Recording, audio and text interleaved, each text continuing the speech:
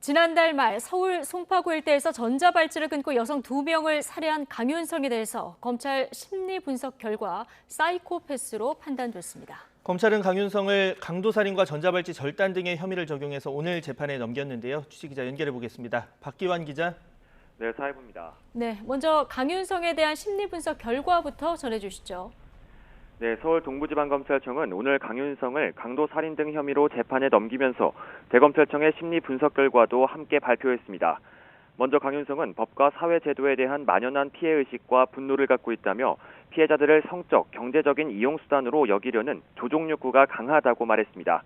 또 돈에 대한 과도한 집착과 통제 욕구가 강한 것으로 확인됐고, 이를 바탕으로 정신병적 성향이 동반된 반사회성 성격장애, 이른바 사이코패스로 판단됐다고 밝혔습니다.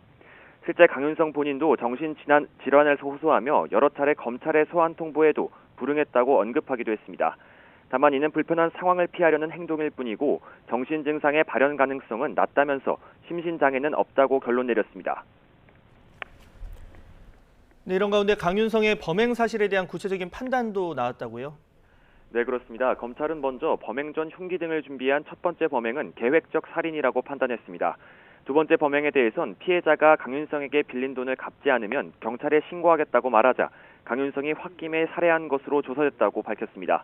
강윤성은 지난 5월 가출소 직후부터 재력가 행세를 하며 주변 사람들에게 빌린 돈이나 은행 대출금을 유흥비로 사용해왔는데요. 여기에 지난 7월 휴대전화를 산 뒤 중고로 처분하는 이른바 휴대폰 깡 사기로 300만 원을 가로챈 사실이 검찰 수사 결과 확인됐습니다.